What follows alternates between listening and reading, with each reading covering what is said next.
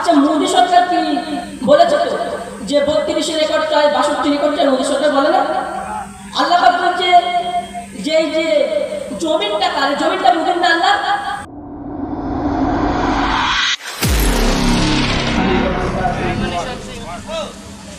ভাই আমরা যারা অযোধ্যা রাস্তাঘাটে ঘোরাফেরা করছি দয়া করে শেষ মোমেন্টে এই জান্নাতের বাগানে বসে যায়।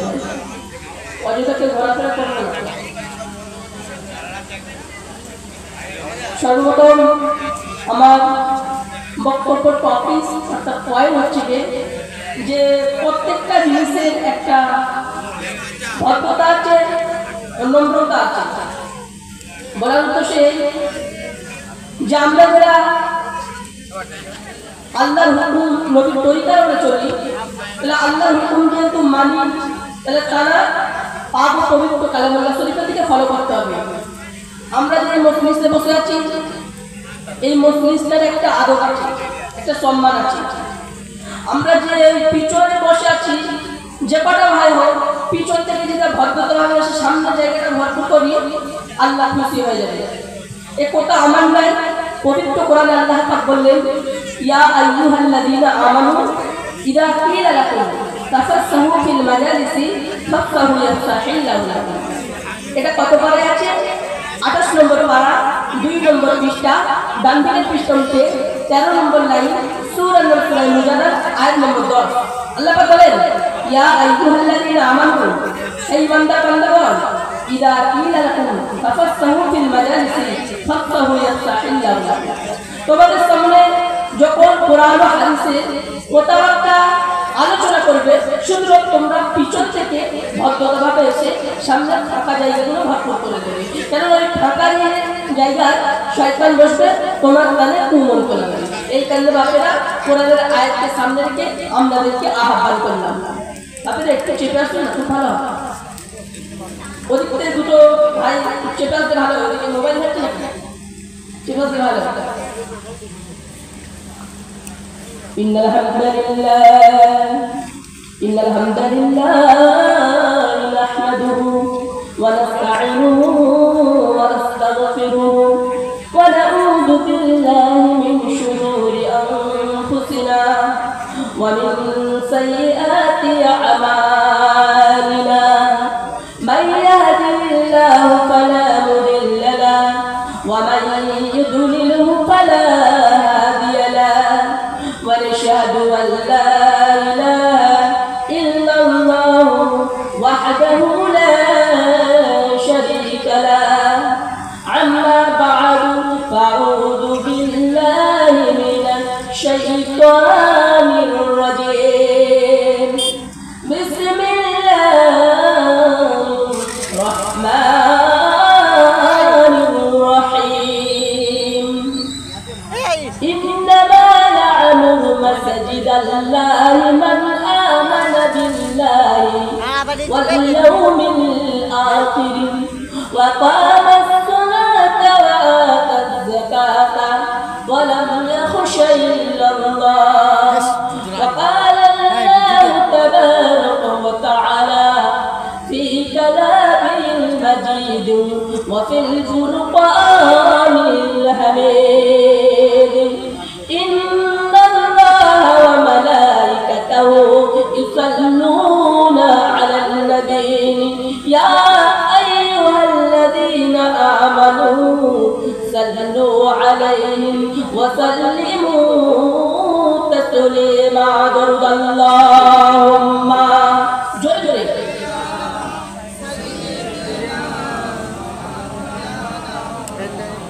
وعلى آله سيدنا مولانا محمد.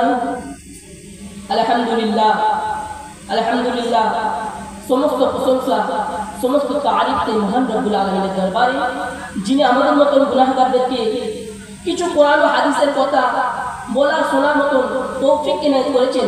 তারা শুকরিয়া স্বরূপ সকলে এক জবান হয়ে উচ্চ আওয়াজে চিৎকার মেটে বলতে আলহামদুলিল্লাহ। তারপরে পরে জানান যে নবীকে না সৃষ্টি করিলে আমাকে আপনাকে কাউকে আল্লাহ পাক বানাতেন না।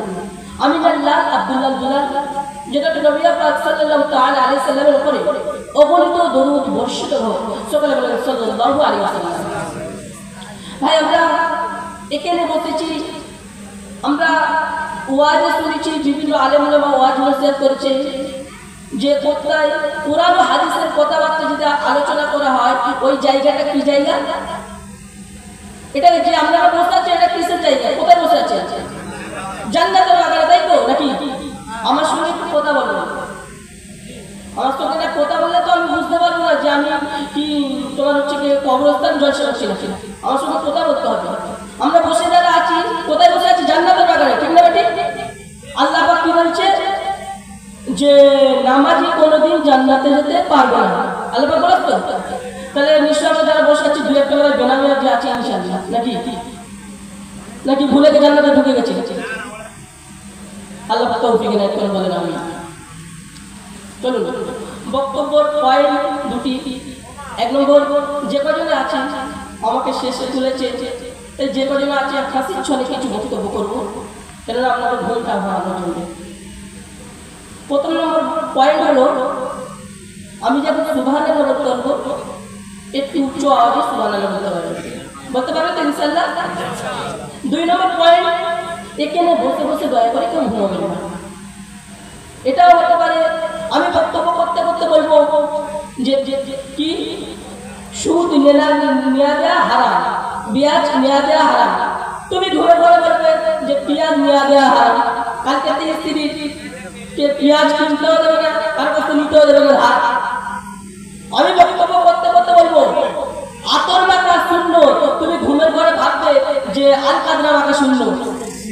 জুমা দিলে তুমি কি করবে? আল কাদরা মাখা মসজিদে যাবে। তোমার স্ত্রী জিজ্ঞেস করবে আল কাদরা মাখা কেন? কেন হুজুর ওয়াজ করেছে আল কাদরা মাখা শূন্য, এইখানে বলছি বা দয়া করে কেউ ঘুমাবে না। যতক্ষণ বয়ান শুনবে ইনশাআল্লাহ ভালো লাগবে, এর প্রতি আমল করার চেষ্টা করবে। আমাদের যে মূল উদ্দেশ্য হলো যে আল্লাহকে খুশি করা, তাই তো নাকি? আল্লাহকে খুশি করা, আল্লাহর হুকুম তার নবীর তরিকার উপরে মেনে চলা। আল্লাহ পাক আল্লাহ তাআলা তিনি জানালেন যে আমার হুকুম কেউ যদি মানতে চাও দুটো কাগজ ঠিক রাখতে হবে, দুটো কাগজ। আচ্ছা মোদী সরকার কি বলেছে তো যে 32 রেকর্ড চাই, 62 রেকর্ড চাই? মোদী সরকার বলে না। আল্লাহ পাক বলছে যে এই যে জমিনটা কার? জমিনটা মুদিন না আল্লাহ। কোরআন জানিয়ে দিচ্ছে ইউসাব্বিহু লিল্লাহি মা ফিস সামাওয়াতি ওয়াল আরদ। আসমানে জমিনে যত রকম প্রাণী চলে সবাই আমার জিকির করে, সুতরাং জমিন আমার জিকির হবে কার? জমিন আল্লাহর জিকির হবে কার? আল্লাহ নাকি নবীর হবে? তাহলে জমিন আল্লাহ, যেহেতু আল্লাহ পাক, আল্লাহ পাকের জিকির হবে। তাহলে আল্লাহ পাক বলছে যে আমার জমিনে বেঁচে থাকলে মোদি 62 রেকর্ড 32 রেকর্ড বলছে এসব রেকর্ড করতে হবে না, আমার দুটো কাগজ ঠিক রাখতে হবে, আমার বন্ধুর দুটো কাগজ ঠিক রাখতে হবে। চলুন আমরা আল্লাহর কাগজ দুটো কি কোরআন থেকে ডিফারেন্স দিচ্ছি। ইন্নাল্লাযীনা আমানু, এক নম্বর 100% ঈমান রাখতে হবে, ওয়া আমিলুস সালিহাত, এবং ভালো কাজ করতে হবে। এটা আল্লাহর কাগজ হয়ে গেল। নবীর কাগজ দুটো কি? নবী পাক সাল্লাল্লাহু তাআলা আলাইহি সাল্লাম বলেছেন কোন নারী এবং পুরুষ দুটো জিনিসের গ্যারান্টি দিলে আমি মুহাম্মদ তার জান্নাতের গ্যারান্টি দেব। সুবহানাল্লাহ। দুটো কাগজ কি? এক নম্বর নবী পাক সাল্লাল্লাহু তাআলা আলাইহি সাল্লাম বলেছেন যে দুই ঠোঁটের মাঝখানে দুই রানের বিচখানে কোন নারী পুরুষ যদি হেফাজত করে নেয় আমি মুহাম্মদ তার জান্নাতের জামিন হয়ে যাব। সুবহানাল্লাহ।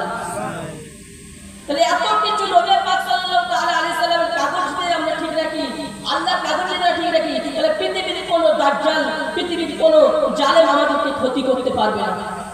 এই মুসলমানের যে ভিতর আল্লাহর ভয় নেই বলে তাই মুসলমান মার খাচ্ছে, সব জায়গায় মুসলমান পিছিয়ে পড়েছে। যেমন মাঠে থাকে ফুটবল, 10-12টা খেলোয়াড় ফুটবলকে শট মারার উদ্দেশ্য কি? যে ফুটবলের ভিতরে ফাঁকা কিছু নাই, ওই ফুটবলের ভিতরে যদি আরো ঢুকে দেওয়া যায় কেউ আর মারবে না। মুসলমান এমন হয়ে গেছে, মুসলমানের অন্তরের ভিতরে আল্লাহর ভয় নিয়ে নবীর তরিকা নিয়ে বলে তাই মুসলমান ফুটবল হয়ে গেছে, মার খাচ্ছে যেটাই সেটাই। বন্ধু বাড়িতে গিয়ে ভাববে। চলুন জলসার উদ্দেশ্য কি? যে কোরআন ও হাদিস নিয়ে কথা বলা, একে বলে জলসা। যে আমি আসলাম 2 ঘন্টা বক্তব্য দিলাম, আর কোথায় জলসা করবো, বাড়িতে কি রান্না হচ্ছে, এসব নিয়ে অনেক বক্তা আছে, এইসব নিয়ে আলোচনা করে 2 ঘন্টা কাটিয়ে দেয়। সর্বপ্রথম কোরআনকে প্রশ্ন করা হবে। কোরআন থেকে কিছু ডিফারেন্স আমরা দেখে দেবো। কোরআনকে প্রশ্ন করা হবে যে কোরআন তুমি বলো তোমাকে কাজ করতে গেলে কি করতে হবে। আচ্ছা বলেন ভাই, কোরআন যেটা ছুঁতে যায় তাকে সর্বপ্রথম কি করতে হবে? হ্যাঁ, জোরে বলুন, জোরে বলুন। উজু করতে হবে। আচ্ছা উজু কেমন ভাবে করতে হবে একটু জেনে নিই, কোরআনের কাছে জেনে নিই। কোরআনকে জিজ্ঞাসা করা হবে, কোরআন তুমি বলো রুজু করতে গেলে কেমন ভাবে রুজুটা করতে হবে। কোরআন জানিয়েছে, ইয়া আইয়ুহাল্লাযীনা আমানু ইযা কুমতুম ইলাস সালাতি ফাগসিলু উজুহাকুম ওয়া আইদিয়াকুম ইলাল মারাফিকি ওয়ামসাহু বিরুউসিকুম ওয়া আরজুলাকুম ইলাল কা'বাইন। 6 নম্বর পারা 7 নম্বর পৃষ্ঠা, বাম দিকের পৃষ্ঠা উল্টে 1 নম্বর লাইন, সূরা মাইদার 5 নম্বর আয়াত। আল্লাহ তাআলা বলেন, ইয়া আইয়ুহাল্লাযীনা আমানু, হে ঈমানদার বান্দাগণ, ইযা কুমতুম ইলাস সালাতি, যখন তোমরা নামাজ কায়েম করবে, ফাগসিলু উজুহাকুম, মুখমণ্ডল ধৌত করবে। এবার মুখমণ্ডলটা কেমন ভাবে ধৌত করতে হবে? আমরা তো অনেকে মুখমণ্ডল ধৌত করি, অনেকে আছে পাইকারি মুখমণ্ডল ধৌত করি। এই যে চুল দেখতে পাচ্ছি, চুল থেকে নিয়ে এই চুল আমাদের ধৌত করতে হবে। এখানে নতিকা নিয়ে অপর কানে নতিকা আমাদের ধৌত করতে হবে। একটা চুল না যেন, একটা পশম না যেন শূন্য থাকে, একটা পশম যেন শূন্য থাকে, তোমার রুজু হলো না। আর ওই রুজুতে যাতে ঠোকাঠুকি কোনো কাজও হবে না। এবং তোমার কি করতে হবে? মাথা মাথা করতে হবে, গোড়গাটে অপর পর্যন্ত ধৌত করতে হবে। গোড়গাট পর্যন্ত ধৌত করলে হবে না, গোড়গাটের অপর পর্যন্ত ধৌত করতে হবে।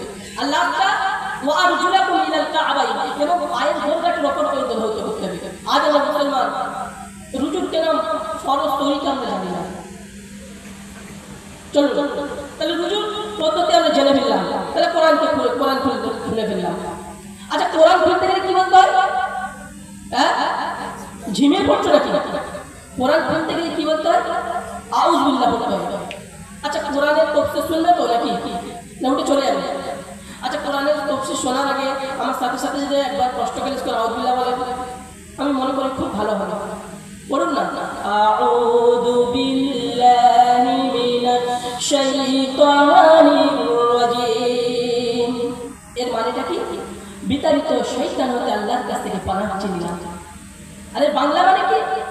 আল্লাহর নবী বিশ্ব নবী জগৎগুরু হাবিবুল্লাহ বলেন, বান্দা যখন একবার আউযু বিল্লাহি মিনাশ শাইতানির রাজিম পড়েন, মহান রব্বে যুল জালাল তার যত সগীরা গুনাহগুলো মাফ করে দেন। সুবহানাল্লাহ। আউযু বিল্লাহ পরে কি করতে হয়? বিসমিল্লাহ পড়ুন না, বিসমিল্লাহির রহমানির রহিম। এর মানেটা কি? কোনো কাজ যখন করতে যাবে আল্লাহর নাম দিয়ে শুরু করবে, আল্লাহর নাম ছাড়া শুরু করবে না, লেজ কাটা নেই পাকা। আরে বাংলা মানেটা কি? আল্লাহর নবী বিশ্ব নবী জগৎগুরু হাবিবুল্লাহ বলেন, বান্দা যখন একবার বিসমিল্লাহির রহমানির রহিম পড়েন, তার কাছ থেকে শয়তান এমন ভাবে দূরে সরে যায় যেমন নাকি আগুনে সীসা গলে যায়। বলে সুবহানাল্লাহ। তাহলে আউযু বিল্লাহ বিসমিল্লাহ আমরা পড়েও নিয়েছি, মানুষ জেনে নিয়েছি। চলুন এবার কোরআন খুলে ফেললাম। কোরআনকে প্রশ্ন করব, কোরআন উত্তর দেবে। কোরআন উত্তর দেবে তো? কোরআন উত্তর দিতে পারে না, কোরআন জড় বস্তু। কোরআনের পক্ষ থেকে আমি আপনাদেরকে উত্তরগুলো দিয়ে দেবো। সর্বপ্রথম আমরা যে মাসটা আমাদের থেকে বিদায় নিয়েছি, সে মাসটা কি মাস? রমজান মুকাররম মাস। আমরা এই রমজান মাসের গুরুত্বটা বুঝি না কেন? আমরা রমজান মাসের গুরুত্বটা বুঝি না। আচ্ছা ভাই, যারা দাঁড়িয়ে আছে দয়া করে এদিকে আসতে পারবেন না? যারা ঘোরাফেরা করছেন, যারা দাঁড়িয়ে আছে দয়া করে যদি এখানে এসে বসতেন খুব ভালো হতো। অসুবিধা আছে? আচ্ছা আচ্ছা, কোরআন খুলে ফেললাম। কোরআনকে সর্বপ্রথম প্রশ্ন করবো যে কোরআন তুমি বলো তুমি কোন মাসে নাজিল হয়েছ? কোরআন জানিয়ে দিচ্ছেন, শাহরু রমাদানাল্লাযী উনজিলা ফীহিল কুরআন। 2 নম্বর পারা 7 নম্বর পৃষ্ঠা, বাম দিকের পৃষ্ঠা উল্টে 1 নম্বর লাইন, সূরার নাম সূরা বাকারা 184 নম্বর আয়াত। আল্লাহ পাক তাআলা বলেন, শাহরু রমাদানাল্লাযী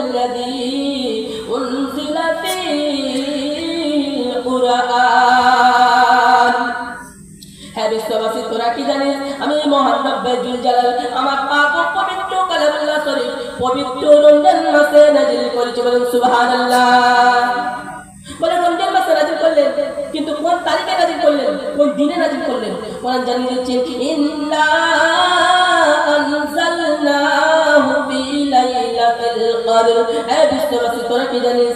আমি কোরআন রমজান মাসে লাইলাতুল কদরের রাতে নাজিল করেছি, বলেন সুবহানাল্লাহ। প্রশ্ন করা হবে ওই রাতে কেন নাজিল হয়েছে? কোরআন জানিয়ে দিয়েছেন ওই রাতে কেন নাজিল হলো, তোরা শুনে নে। লাইলাতুল কদরি খায়রুম মিন আলফি শাহর। এই বিশ্ববাসী তোরা কি জানিস? আমি ওই রাতে নাজিল হয়েছে এই কারণে, ওই রাতটা হলো হাজার মাস ইবাদতের চেয়ে উত্তম রাত, বলেন সুবহানাল্লাহ। বলে তোমার ডিটেইলস খবর জেনে ফেললাম, কিন্তু তুমি বলো তোমার পৃথিবীর জমিনে কে বয়ে বয়ে এনেছে? আচ্ছা বাপেরা, আমাদের পৃথিবীর মুখ কে দেখিয়েছে? আমাদের মায়েরা আমাদের পৃথিবীর মুখ কে দেখিয়েছে? মায়ের পেটে ছিলাম তার মা দেখিয়েছে। তো কোরআন কোরআন জিজ্ঞাসা করবে কোরআন, তুমি বলো তোমাকে পৃথিবীর জমিনে কে বয়ে বয়ে এনেছে? কোরআন জানিয়েছে নাযালা বিহি রূহুল আমিন। আমার পৃথিবীর জমিনে বয়ে বয়ে রূহুল আমিন ফেরেশতা এনেছে, যার নাম হলো হযরত জিবরাইল। বলে জিবরাইল আনলো, ইনি কার উপর নাযিল করছে কোরআনটা? বলে জিবরাইল তো কোরআনটা পৃথিবীর জমিনে আনলো, ইনি কার উপর নাযিল করছেন? বলে মুহাম্মাদের উপর নাযিল করছেন। বলে হুই তো মুহাম্মদ। মুহাম্মদটা কি? মুহাম্মাদের পরিচয় কোরআন দিয়েছেন, মা কানা মুহাম্মাদুন আবা আহাদিম মির রিজালিকুম ওয়ালাকিন রাসূলুল্লাহি ওয়া খাতামান নাবিয়্যিন। 22 নম্বর পারা 2 নম্বর পৃষ্ঠা, ডান দিকের পৃষ্ঠা উল্টে 11-12 নম্বর লাইন, সূরা আহজাব 39 39 নম্বর আয়াত আল্লাহ তাআলা বলেন, মা কানা মুহাম্মাদুন আবা আহাদিম মির রিজালিকুম। এই বিশ্ববাসী মুহাম্মদ কারোর বাপ নাই, ওয়ালাকিন রাসূলুল্লাহি, মুহাম্মদ আল্লাহ তাআলার প্রেরিত রাসূল, ওয়া খাতামান নাবিয়্যিন, এবং আখিরের জামানার শ্রেষ্ঠ নবী, বলেন সুবহানাল্লাহ। তাহলে আখিরের জামানার শ্রেষ্ঠ নবী, আর শ্রেষ্ঠ নবীর উপরে শ্রেষ্ঠ কোরআন নাযিল হয়েছে। অনেক বেঈমান আছে এই কোরআনকে ভুল বলে, যে আল্লাহ পাক কোরআনে ভুল বলেছে। অনেক মুসলমান আছে কোরআনের কথা যখন বলা হয়, অনেক মুসলমান আসে না, কোরআনের কথা শুনতে আসে না। এই জায়গায় তো ড্যান্স শেখানো দেওয়া হয়, লোকের জায়গা দেওয়া যায় না। বন্ধু, এটা এমন একটি কোরআন মাজিদ, এর মধ্যে এমন একটি জাদু আছে, এর মধ্যে এমন একটি, তুমি কি খুঁজবে? বাংলা, ইংরেজি, ভূগোল, ইতিহাস যা খুঁজবে সব কোরআনের মধ্যে আছে। আজ আমরা মুসলমান বুঝতে পারি না এই কোরআন কারীম শুনতে আসার জন্য সমস্ত ধর্মের লোক আসতে পারবে, কেননা আল্লাহ তাআলা তিনি জানেন যে কোরআন কারীম শুনতে আসার জন্য হিন্দু, মুসলিম, জৈন, বৌদ্ধ, খ্রিস্টান, দুলে বাকি সাঁওতাল ধর্ম ধর্ম নির্বিশেষে আল্লাহ পাক সকলকে আহ্বান করলেন, দাওয়াত দিলেন। একথা আবার নাই, পবিত্র কোরআন আল্লাহ পাক বলেন, আলিফ লাম রা কিতাবুন আনজালনাহু ইলাইকা লিতুখরিজান নাসা মিনাজ যুলুমাতি ইলান নূর। 13 নম্বর পারা 14 নম্বর পৃষ্ঠা, ডান দিকের পৃষ্ঠা উল্টে 1 নম্বর লাইন, সূরা ইব্রাহিমের 1 নম্বর আয়াত আল্লাহ তাআলা বলেন, কিতাবুন আনজালনাহু ইলাইকা, এই এমন একটি কিতাব, ইলাইকা নবী তোমার উপর অবতীর্ণ করলাম, লিতুখরিজান নাসা, যে মানুষগুলো অন্ধার মধ্যে পড়ে আছে, নোংরার মধ্যে পড়ে আছে, শিরকের মধ্যে পড়ে আছে, তাদেরকে কি করবে? মিনাজ যুলুমাতি ইলান নূর, তাদেরকে টেনে টেনে টেনে টেনে আলোর দিকে নিয়ে আসো। এই কারণে আমরা বলি কোরআন মানুষকে দেয় আলো, বলেন সুবহানাল্লাহ। কোরআন মানুষকে আলো দেয়। আজ আমরা মুসলমান সেই কোরআন থেকে দূরে সরে যাচ্ছি। শুধু তাই নয়, আমরা নবীকে অনেকে আছি, নবীকে ভালোবাসি, কিন্তু নবীর পরিচয়কে একটু জেনে না, আমরা ওটাই জানতে চাই না। একটা ছেলে একটা মেয়েকে যখনই ভালোবাসে তার পরিচয়টা জেনে নেয় না ভাই। আমরা নবীকে ভালোবাসি, নবীর পরিচয়টা জানি না। আচ্ছা প্রেমের ওয়াজ করুন, প্রেমের ওয়াজ। এখন প্রেমের ওয়াজ করলে বুড়োরাও জেগে যায়, এখন প্রেমের ওয়াজ করলে বুড়োরাও জেগে যায়। আমরা নবীকে ভালোবাসি, কেমন ভালোবাসি? মুখে ভালোবাসি, অন্তরে না।